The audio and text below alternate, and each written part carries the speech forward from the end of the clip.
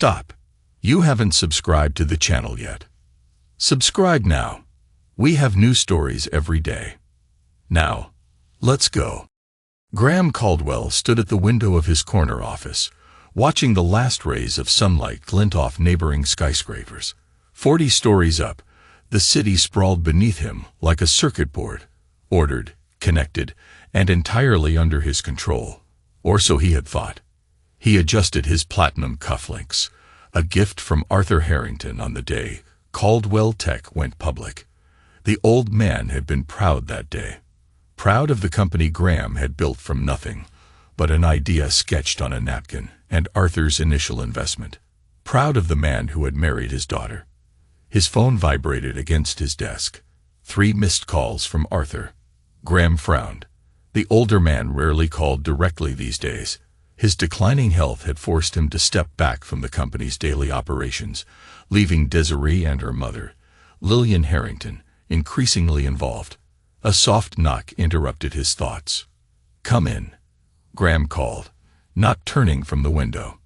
"Mr. Caldwell." It was Amy, his assistant. Her usual crisp tone carried an unusual edge. "Mrs. Caldwell is here with her mother and the legal team.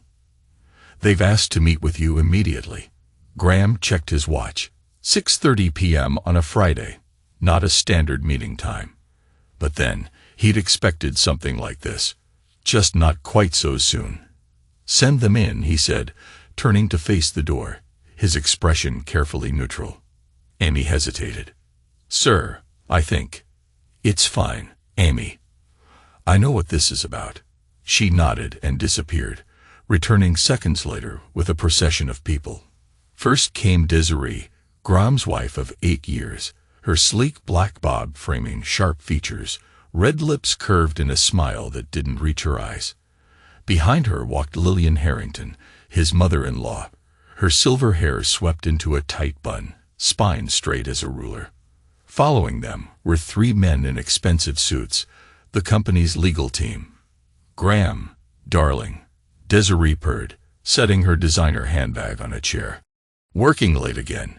Graham leaned against his desk, arms crossed. "Wrapping up. What brings you all here at this hour?" Lillian stepped forward. Unlike her daughter, she made no attempt at pleasantries. "We'll keep this brief. The board met this afternoon. Without the CEO." Graham raised an eyebrow. "An emergency session," one of the lawyers interjected, called by the majority shareholders. Graham nodded slowly.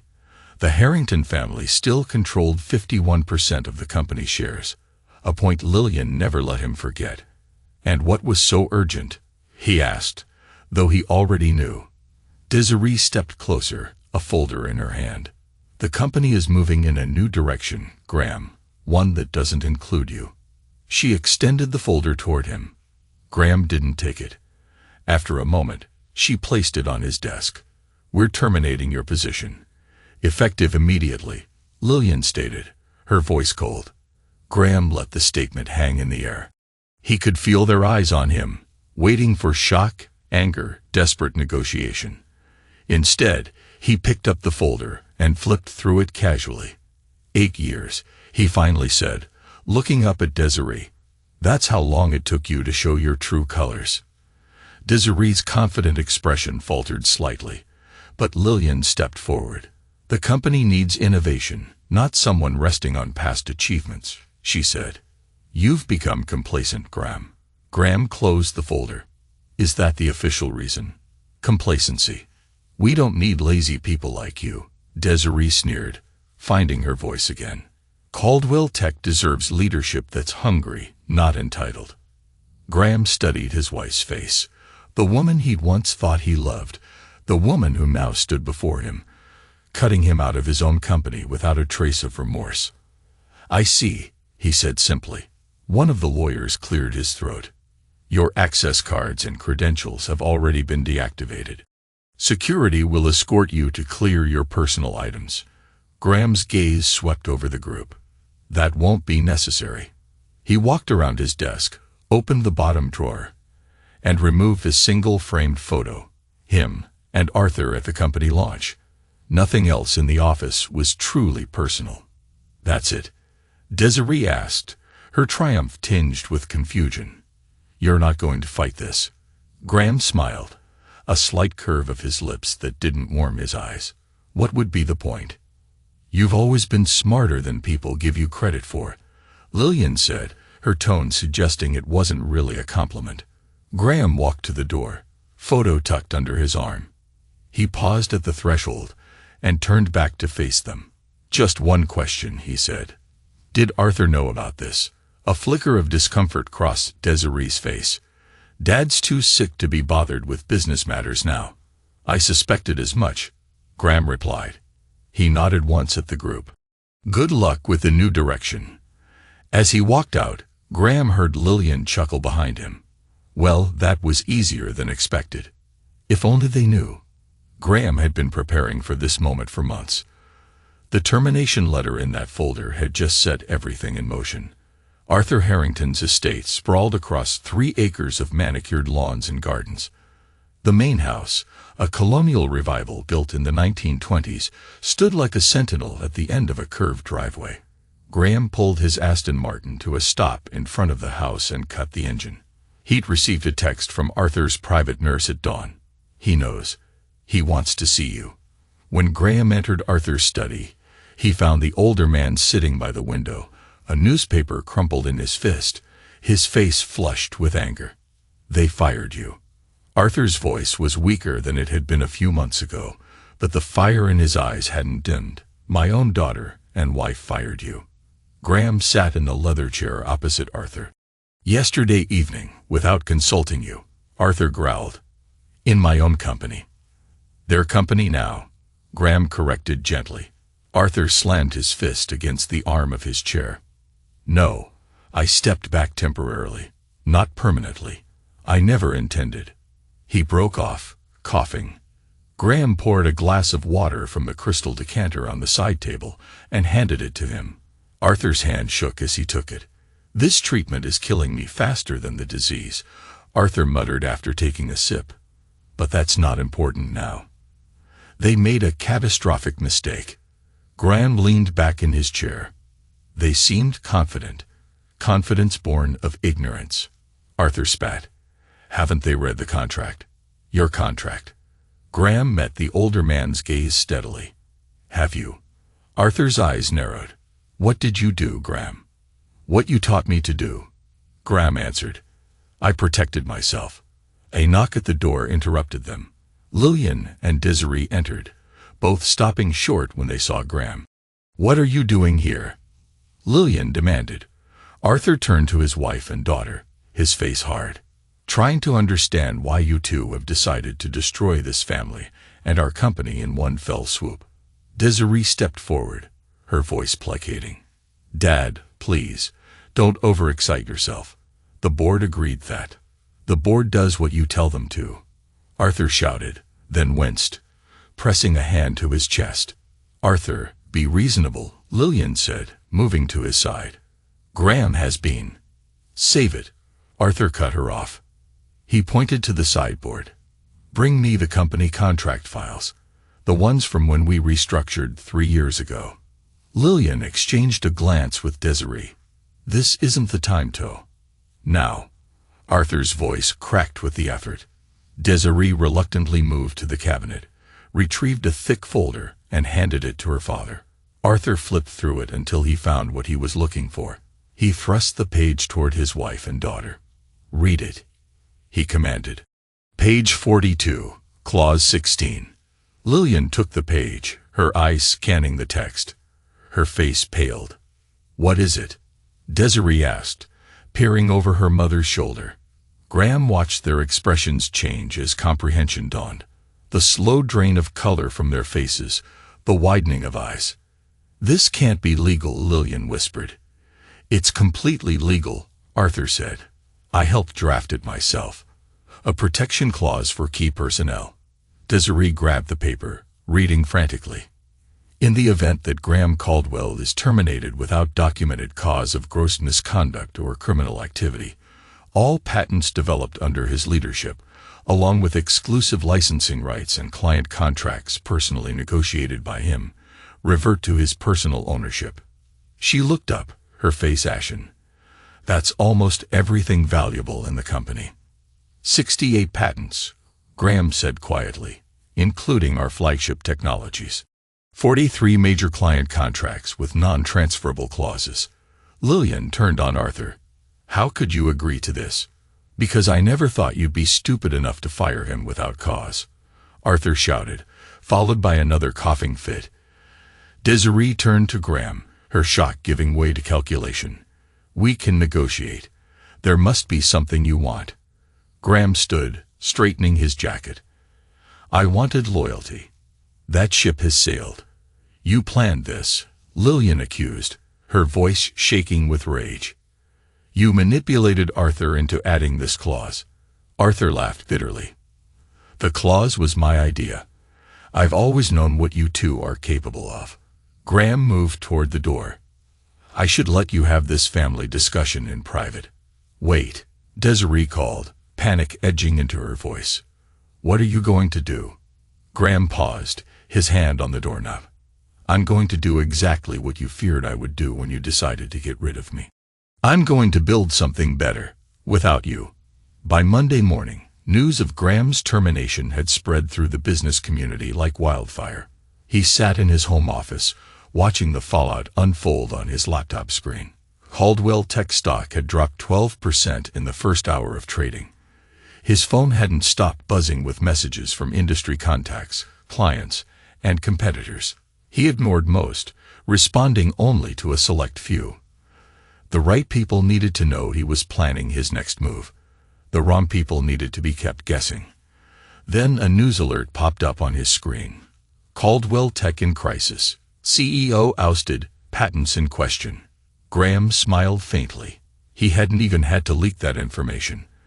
The legal teams of Caldwell Tech's clients had done their due diligence over the weekend and discovered the ownership transfer triggered by his termination. His phone rang. Desiree's face appeared on the screen. He'd been expecting this call, though he was surprised it had taken this long. He let it ring until it went to voicemail. 30 seconds later, it rang again. This time, Lillian. Ignored. On the third call, Desiree again. He picked up but said nothing. Graham. Her voice was stripped of its usual confidence. Are you there? I'm here, he said, his tone neutral, businesslike. We need to talk.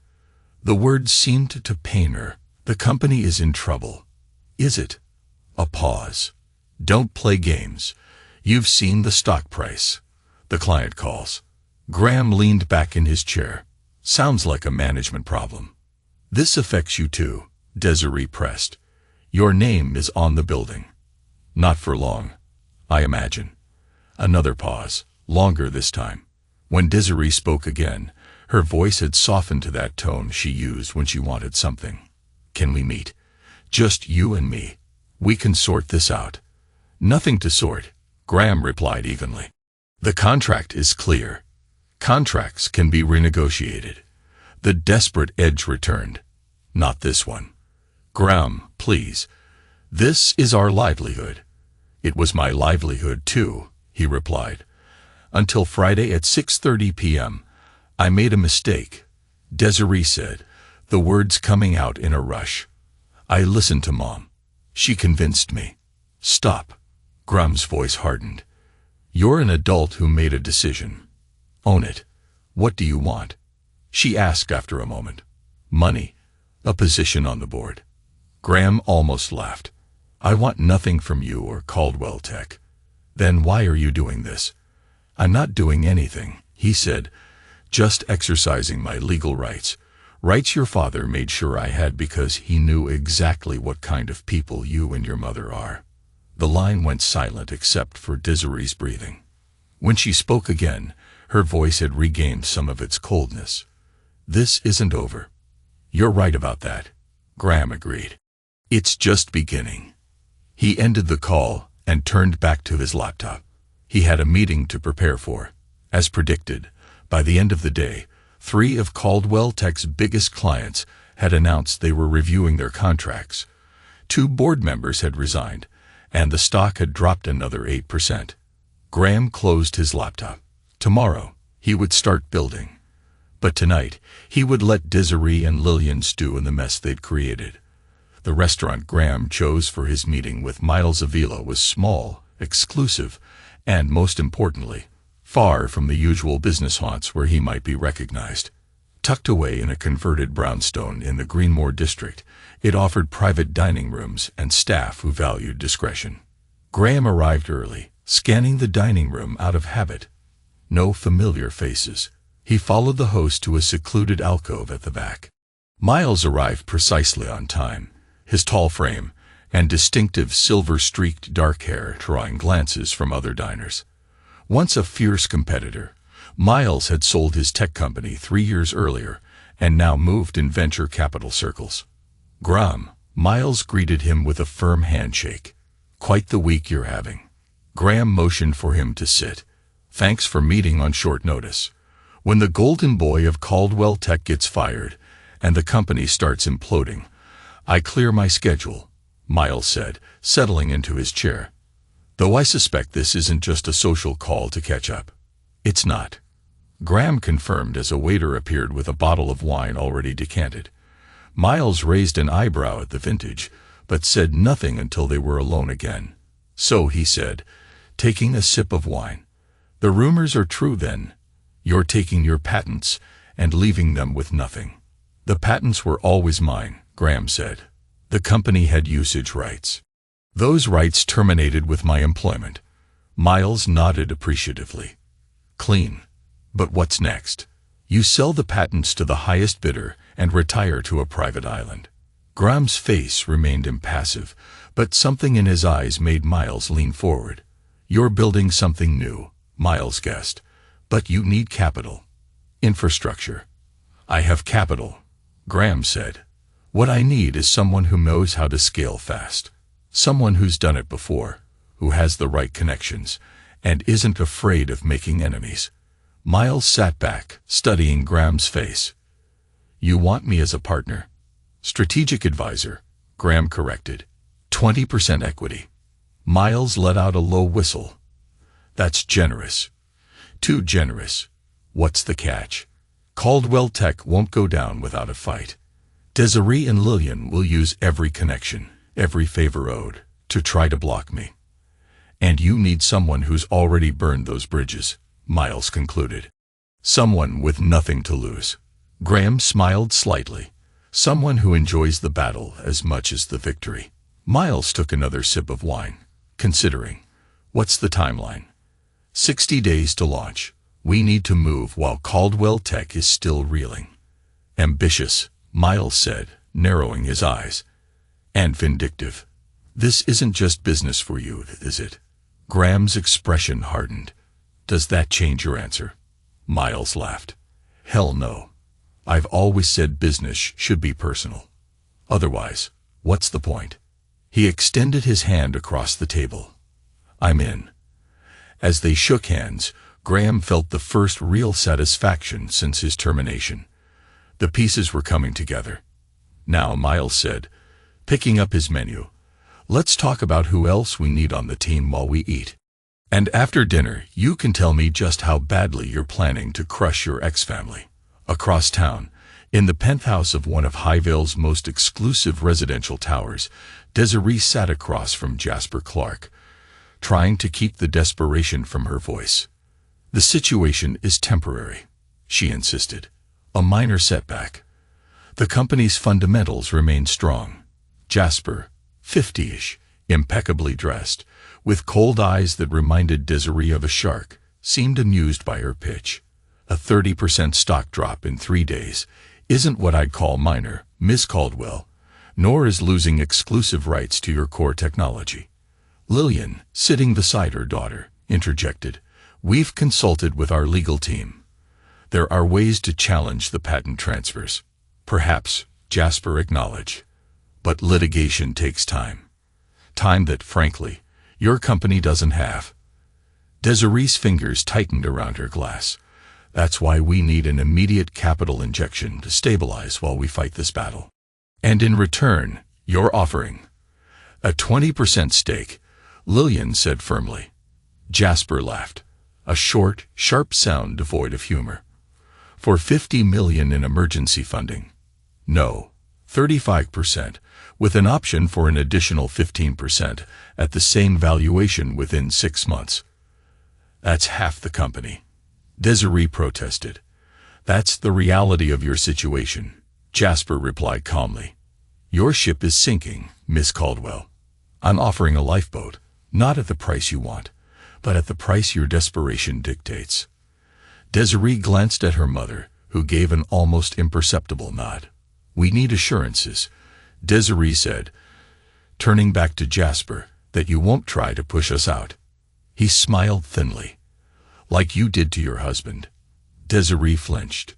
Don't worry. I have no interest in running Caldwell Tech. I'm an investor, not an operator.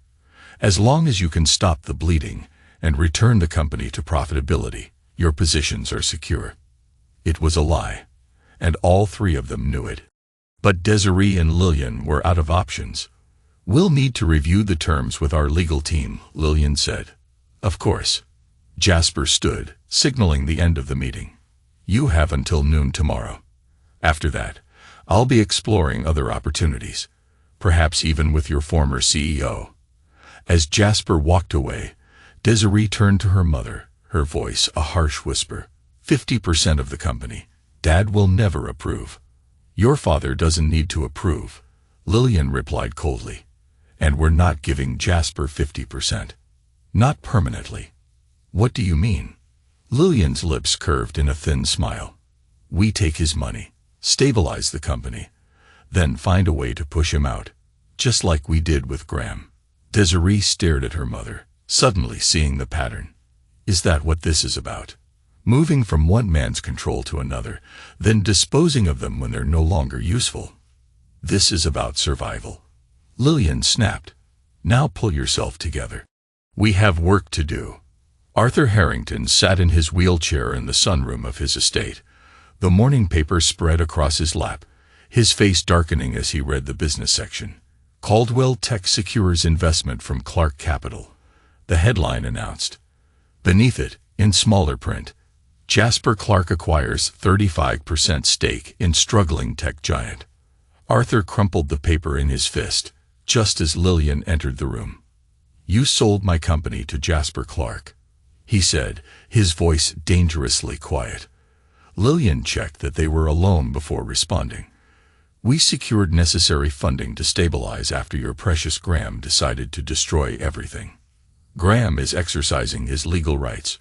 Rights I insisted on because I never trusted you, Arthur shot back. And now you've handed control to a corporate raider known for stripping companies for parts. We retain majority control, Lillian argued. For now, Arthur said bitterly. But we both know Clark never stops at a minority position. He'll have the rest of the company within a year. We had no choice. Lillian's composure slipped. The company was hemorrhaging value. Because of your short-sighted power play. Arthur's voice rose, then broke into coughing. When he recovered, he fixed his wife with a cold stare. Where's Desiree? Too ashamed to face me. She's at the office, trying to save what you built, Lillian replied. Unlike Graham, who's determined to tear it all down. Arthur wheeled himself closer to his wife. Do you know why I liked Graham from the start? Because he reminded me of myself, driven, calculating, unwilling to lose. His eyes narrowed. And you've made him your enemy. He's just another man with an ego, Lillian dismissed. He'll calm down, negotiate. You never understood him. And that will cost you everything, Arthur said. He reached for his phone and dialed. Lillian watched, confused, until Arthur spoke. James, Arthur Harrington. I need you to come to the house immediately. It's time to revise my will. Lillian's face drained of color. Arthur, you can't. I can. And I will. He cut her off. You and Desiree have shown your true priorities, and they are not this family. You're punishing us for making a business decision. Lillian protested. I'm holding you accountable for betraying the son I chose, Arthur replied.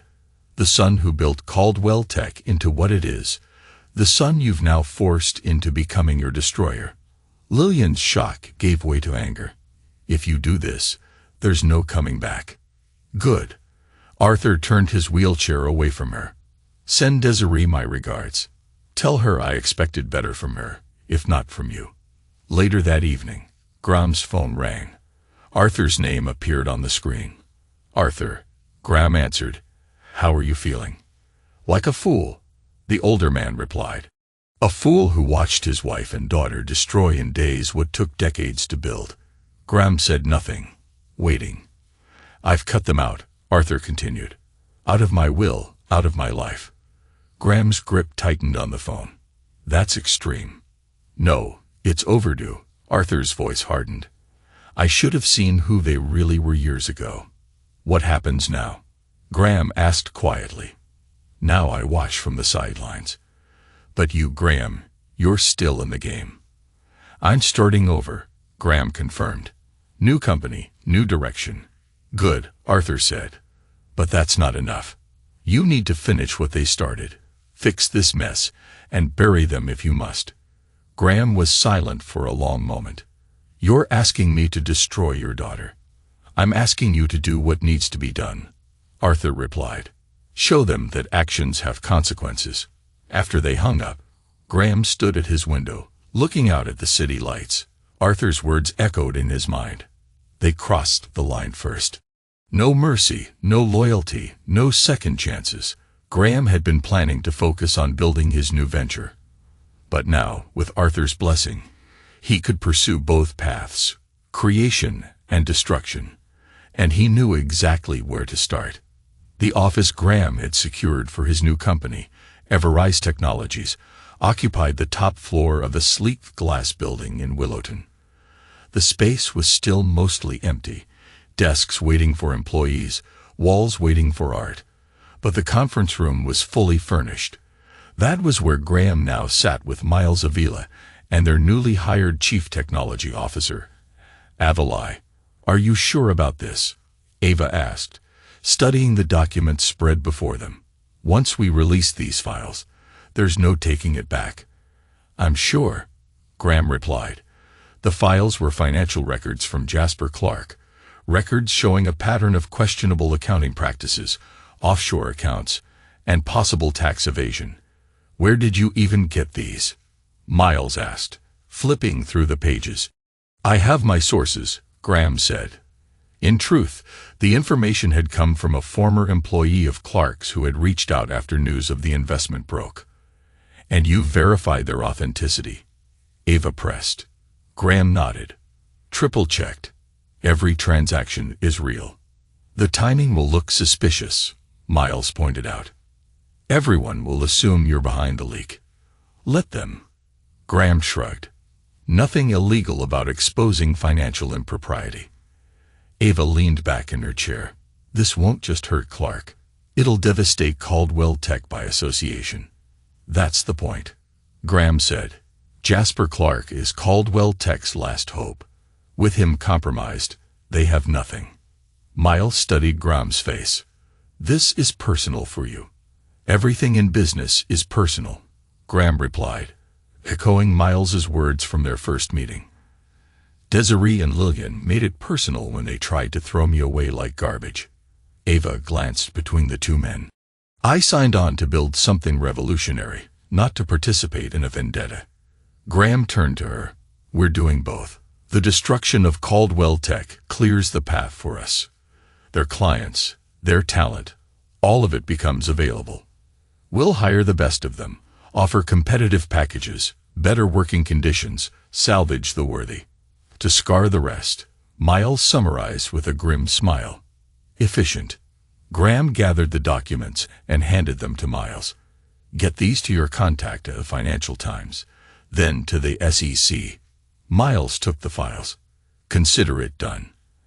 As he left, Ava remained seated, her expression troubled. You know this makes you the villain in this story. Graham met her gaze steadily. Sometimes the hero and the villain are the same person, viewed from different perspectives. And how do you view yourself? She asked quietly. Graham stood and walked to the window. As someone who refuses to lose. The fallout was swift and devastating. Within days of the financial records becoming public, Jasper Clark faced investigations from multiple regulatory agencies. Caldwell Tech stock, already weakened, plummeted to an all-time low as investors fled. In the midst of the chaos, Graham's phone lit up with a call from Desiree. After a moment's hesitation, he answered. "Graham, please," she said, her voice ragged, desperate. "Let's fix this." His response was cold, precise. "You didn't need lazy people like me, remember?" He hung up without waiting for a response. Across the city, Desiree stared at her phone, tears streaming down her face. The board had called an emergency meeting for the next morning. Jasper Clark's representatives had stopped returning calls. And now Graham, the man she discarded without a second thought, was refusing to even speak to her. She looked around her office, the place that had once represented power and success. Soon it would all be gone. And somewhere, across town, Graham was watching it burn. Graham stood in the lobby of what had once been Caldwell Tech headquarters, now buzzing with activity as workers removed the company logo from the wall. In just 6 weeks, what had once been a tech giant had crumbled to nothing. After the Clark scandal, clients had fled en masse. Key employees, sensing the end, had jumped ship, many of them recruited directly by Graham's new venture, Everrise Technologies. Without revenue, without innovations, without leadership, Caldwell Tech had been forced to file for bankruptcy. "Mr. Caldwell." A voice interrupted his thoughts. He turned to find a woman in a suit extending her hand. "Julia Marks, from the bankruptcy trustees. Thank you for coming in person." Graham shook her hand. "I prefer to handle important matters face to face, of course. If you'll follow me." She led him to a conference room where several people sat around a table covered with documents. Graham recognized the company's CFO, looking years older than when he'd last seen him, and 2 board members who had survived the exodus. "As you know," Julia began, "the court has approved the sale of Caldwell Tech's remaining assets. Your bid was the only one that covered the outstanding debts to creditors." Graham nodded. He'd offered exactly enough to clear the company's obligations. No more, no less. "There are just a few final documents requiring signatures," she continued, sliding a folder toward him. The CFO spoke up. "You're getting a bargain, you know. Even gutted, there's still value here." Graham looked up. "I'm aware of the value. I created most of it." The man flushed but said nothing more. Graham signed the final page and closed the folder. "Is that everything?" Julia nodded. "Yes, effective immediately. All remaining assets of Caldwell Tech transfer to your ownership." "Thank you." Graham stood, buttoning his jacket. "My team will be in touch about the transition." As he turned to leave, one of the board members called after him. Was it worth it? Destroying everything just to own the scraps? Graham paused at the door. "I didn't destroy Caldwell Tech. Desiree and Lillian did that when they decided loyalty meant nothing." He glanced back at the group. "I'm just cleaning up the mess." Outside, Graham checked his watch. His next appointment was in 30 minutes, enough time to walk the few blocks to his new offices. As he walked, his phone buzzed with a text from Miles. "It's official." Graham typed back. "Done." 3 dots appeared immediately. Then, "Congratulations." Now what? What indeed? Graham had achieved everything he'd set out to do. Caldwell Tech was gone. Its valuable assets now belonged to him. Desiree and Lillian had lost everything. Their company, their status, their wealth. He should feel triumphant. Instead, he felt empty. The victory tasted less sweet than he imagined. His phone rang. Arthur. The old man's health had declined rapidly in recent weeks. "It's done," Graham said by way of greeting. "I heard." Arthur's voice was weaker than the last time they'd spoken. "How does it feel?" Graham hesitated. "Different than I expected." Arthur's laugh turned into a cough. "Revenge usually does. But it was necessary." "Was it?" Graham asked quietly. "They needed to learn," Arthur said firmly, that their actions have consequences, that loyalty matters. Graham stopped walking, standing still on the busy sidewalk as people flowed around him. And what now? For them. Now they live with what they've done, Arthur replied. As we all must. After hanging up, Graham continued toward his building, his thoughts troubled. He had won completely. So why did victory feel so hollow? Graham sat in his new office reviewing quarterly projections for Everrise Technologies. The company, not yet 6 months old, was already turning a profit.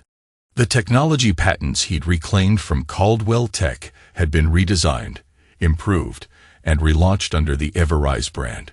Former Caldwell clients had signed new contracts. The future looked promising. Amy appeared in the doorway, looking uneasy. Mr. Caldwell. Yes. She hesitated. Desiree Harrington is here to see you. She doesn't have an appointment, but she's insistent. Graham's surprise must have shown on his face. Should I have security escort her out? Amy asked. After a moment's consideration, he shook his head.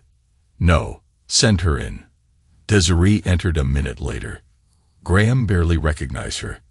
Gone were the designer clothes and perfect makeup. Her hair had grown out. The expensive cut turned shaggy. She wore jeans and a simple sweater, both slightly worn. Graham, she said, her voice smaller than he remembered. He gestured to the chair across from his desk. Sit. She did, her eyes taking in the office. The expansive windows, the minimalist furniture, the subtle displays of success. This is impressive, she said. I've been following your company in the news. Graham leaned back in his chair. What do you want, Desiree? She flinched at his directness. I wanted to see you, to talk about. Desiree looked down at her hands, twisting in her lap. I made a mistake, she whispered. I was blinded by my mother. Graham's expression remained neutral. A mistake, he repeated. Is that what you call it? I was wrong. She pressed. About you. About everything. And now I've lost everything. Graham observed her. You and your mother. Desiree's tears welled. Yes, your father won't see me, won't take my calls. My mother blames me, says I should have handled you better. We're barely getting by. And now you're here, Graham said. Why? Desiree took a deep breath. Because I have nowhere else to go. No one else to turn to. Graham studied her, searching for manipulation, an angle. All he saw was desperation. What exactly are you asking for, Desiree? A chance, she said, her eyes meeting his. A job, anything. I'll start at the bottom. Graham leaned forward, his gaze cold. You think I would ever trust you again? I know I don't deserve it, she admitted, voice quivering. But I'm asking anyway. So now you have nothing, he said, echoing her earlier words. Tears streamed down her face. Yes, that was your choice. He stood, walking to the door, signaling the end of the meeting. Graham, please, she begged, not moving from her chair. I have nothing left.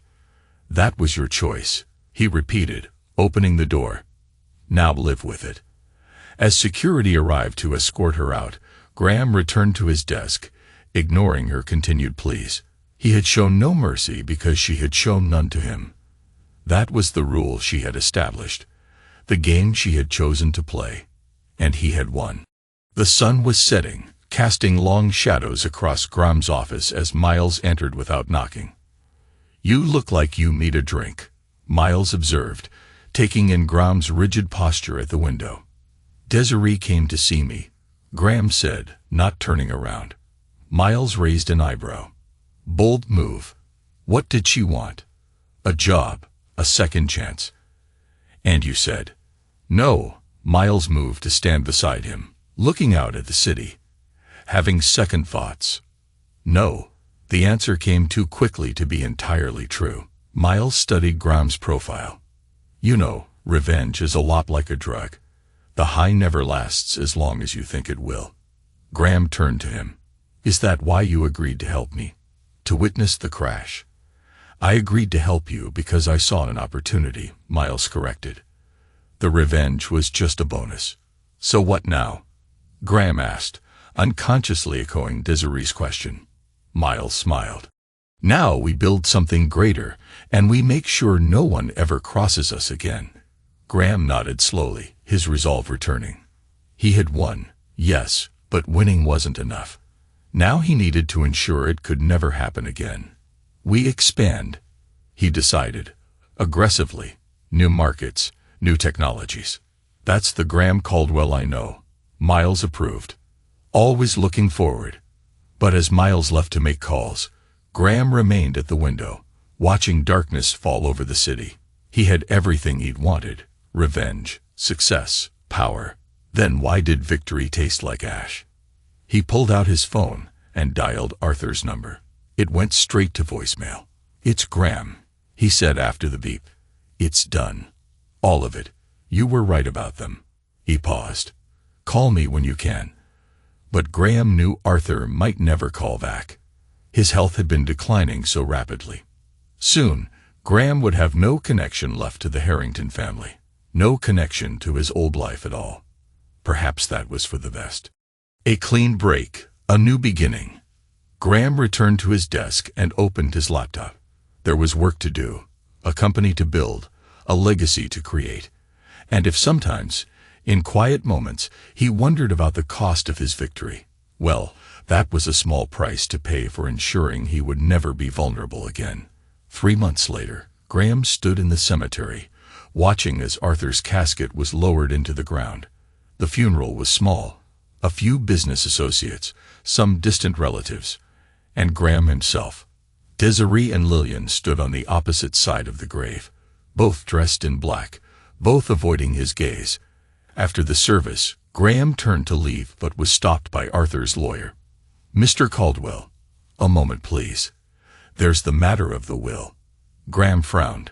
"I don't expect anything." The lawyer smiled faintly. Nevertheless, Mr. Harrington was quite specific. "If you could come to my office tomorrow." The next day, Graham learned that Arthur had left him his personal art collection, pieces worth millions, and a letter. He waited until he was alone in his apartment to read it. "Graham, if you're reading this, I'm gone, and you've won. You did what I asked, perhaps more thoroughly than even I expected. You've shown my daughter and my wife the cost of betrayal. You've built something new from the ashes. But now I ask one last thing of you. Move forward, not for them, for yourself. Revenge fulfilled becomes a prison of its own. Don't let it define you. Build, create, live. That's the true victory." Arthur Graham folded the letter and poured himself a drink. Arthur's final advice was easier said than followed. The taste of revenge might be bitter, but it was familiar now, comfortable in its own way. His phone buzzed with a notification. An employment application had been submitted to Everrise Technologies. The name on the file: Desiree Harrington. Graham opened the file, scanning the desperate attempt to reframe her meager recent job history. She and Lillian had been forced to move to a small rental home in Brookfield. Lillian had tried suing Graham multiple times, but no lawyer would take her case after the first 3 were dismissed. With a few keystrokes, Graham personally rejected the application. Then he blocked her email address from the company system. No second chances. Weeks later, Graham stood on the stage at a tech conference, accepting an award for innovation. His company had grown exponentially, absorbing talent and technology from across the industry. Success had come faster than even he had anticipated. In the audience, he spotted a familiar face, Desiree, wearing a server's uniform, collecting empty glasses from tables. Their eyes met briefly before she turned away, face flushed with shame. Graham continued his speech without pause, not acknowledging her presence. But as he accepted the applause and stepped off stage, he felt something he hadn't experienced in months: satisfaction, not just from his success, but from the knowledge that justice had been served. The last laugh was his. Forever.